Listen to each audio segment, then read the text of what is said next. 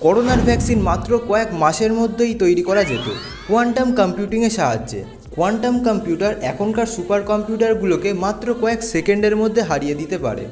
আমাদের normal computer use করে 1 আর 0। 1 মানে সার্কিটে কারেন্ট আছে আর 0 মানে নেই। কিন্তু কোয়ান্টাম কম্পিউটার ইউজ করে কিউবিটস। কিউবিটসের ম্যাজিক হলো কোয়ান্টাম সুপারপোজিশন। কিউবিট একসাথে 0 এবং 1 দুই স্টেটেই থাকতে পারে। এটাই হলো কিউবিটের ম্যাজিক। অনেকটা ঠিক স্পিনিং কয়েনের মতো, যতক্ষণ কয়েনটা ঘুরছে সেটা একই সাথে হেডও আবার টেলও। আরেকটা কনসেপ্ট হলো কোয়ান্টাম এন্ট্যাঙ্গেলমেন্ট।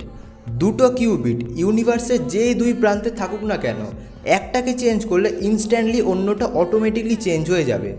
কোয়ান্টাম টেকনোলজি ব্যবহার করে ফিউচারে অনেক কিছু পসিবল।